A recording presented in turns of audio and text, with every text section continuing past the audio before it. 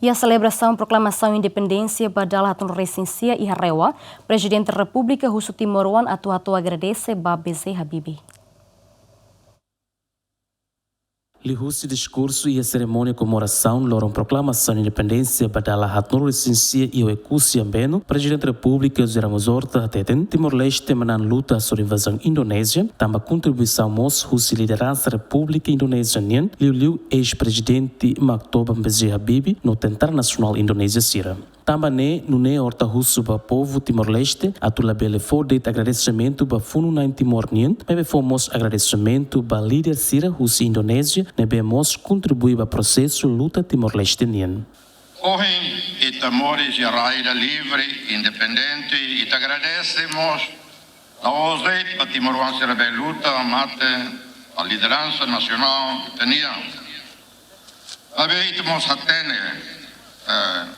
e no momento da 97, 98, Presidente BJ Habibi, estadista Boatira, a visão e o processo a resolver o problema Timor-Leste. Mas para Timores, o sucesso de Timores de uma nação livre, Tentara Nacional Indonesia, TNI, estiramos contribuir. Também estira, o dalam, a BJ Habibi, para halo de reformação a Indonésia e continua o programa Resolução Problema Timor-Leste. Neduni, e tem que reconhecer o papel importante da TNI,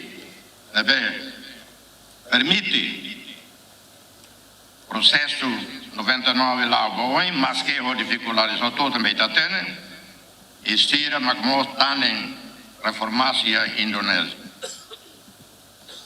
Presidente BJ Habibi, tem Moris na fati e itania memória, tamponia e tempo na vão, as negociações, o secretário-geral ONU, o Portugal, é acordo maio 99, depois consulta popular.